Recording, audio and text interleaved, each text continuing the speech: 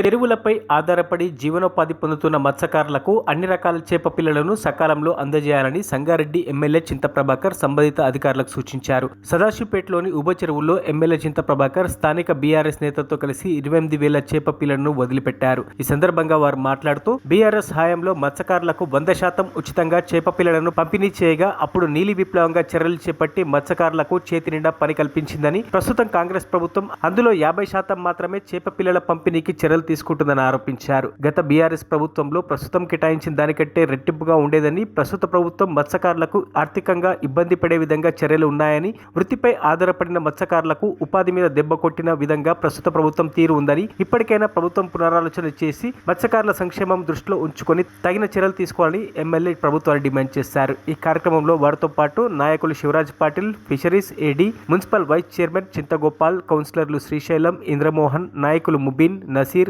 మత్స్యకార సొసైటీ అధ్యక్షులు హనుమంతు, సుధాకర్, స్థానిక నాయకులు తదితరులు పాల్గొన్నారు.